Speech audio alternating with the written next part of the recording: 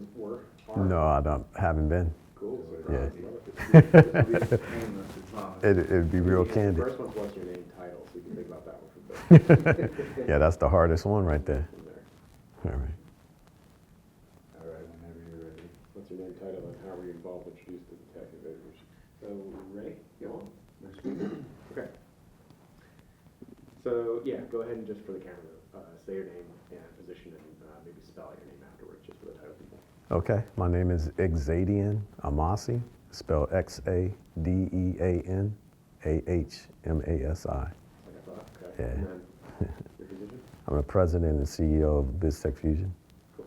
Now this time, just as an interviewer, tell me your name and position.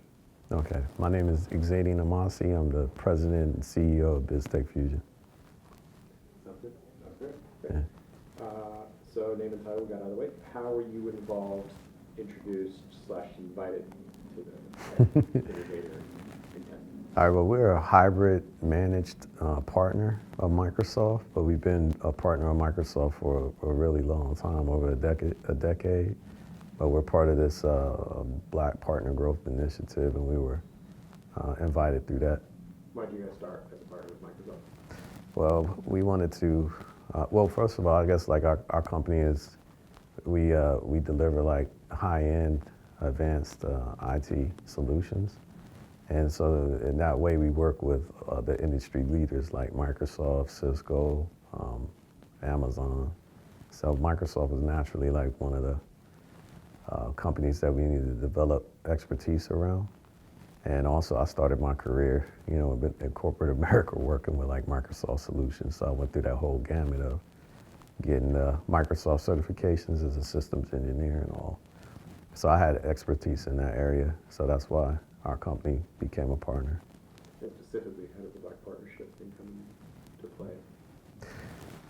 That was interesting. I think part of a combination of us being like a IAMCP member, which is like an international association of Microsoft certified professionals, and our partnership with Microsoft. But it really happened after that incident with George Floyd occurred and got a lot of global publicity. A lot of entities like this started spinning up these diversity and inclusion programs. And, you know, we were one of the companies that got attention because I think that we were already, you know, well positioned within that ecosystem. How so? Well, we were pretty well known in terms of trying to make a name for ourselves and building the business up. And we've always like organically grown our business. So I would say any partner that's associated with a large industry leader like this, I think that the industry leader has a way of like making and breaking them by attaching them to a sales pipeline. Well, we never had that kind of advantage. Like we've been able to build our business just straight off the reputation of just delivering, you know, delivering what we promised, just the basic blocking and tackling the fundamentals. And we've been able to build it organically, and I think that they were saying that they hadn't seen a lot of engagement in partners internally. They wanted that diversity and inclusion, and they wanted partners that could move the needle. And I think they identified as one of them. That's cool. Mm-hmm. Is that beeping okay? Decent? In here? I mean, it's far enough to do that. Good. I added a couple extras in there, so let's see, talk a little bit about what the Tech Innovator Intensive is, like what took place within the workshops. Are you downstairs right now? Yeah. Talk about what it is and what you said today. So, Well, I think from my perspective, what I could see what it is right now is it's just really exploring theories, concepts, and principles around building business. Just some innovative ways of thinking about how to expand in the market, and you know what kind of tools and resources you can use to you know just develop what you're already doing maybe, and also just enhance it. That's what it seems like, you know, to me so far.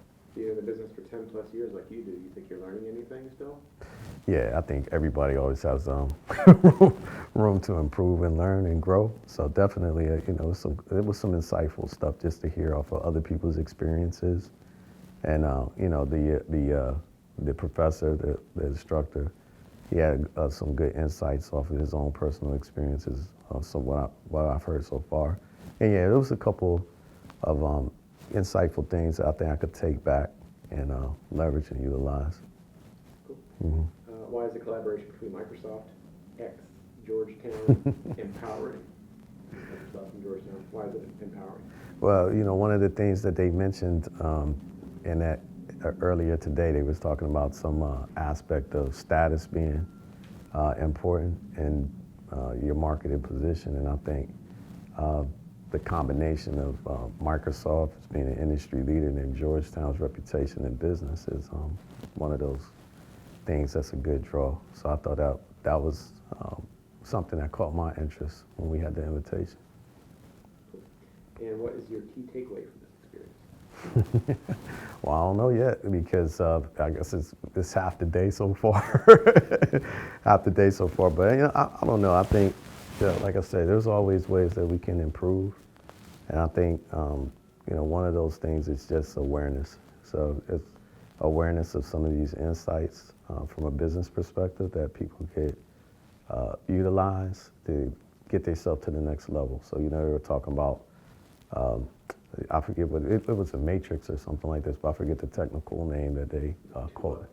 Yeah, that matrix. And I thought that it was insightful because it was a way of thinking about what the client needs are and like how your solutions are positioned to meet those client needs. And I think sometimes you can, you need to evaluate, reevaluate, monitor, assess, and improve ways to do that effectively. And, whatever goals that you have, like how they align up with the market that you're trying to serve.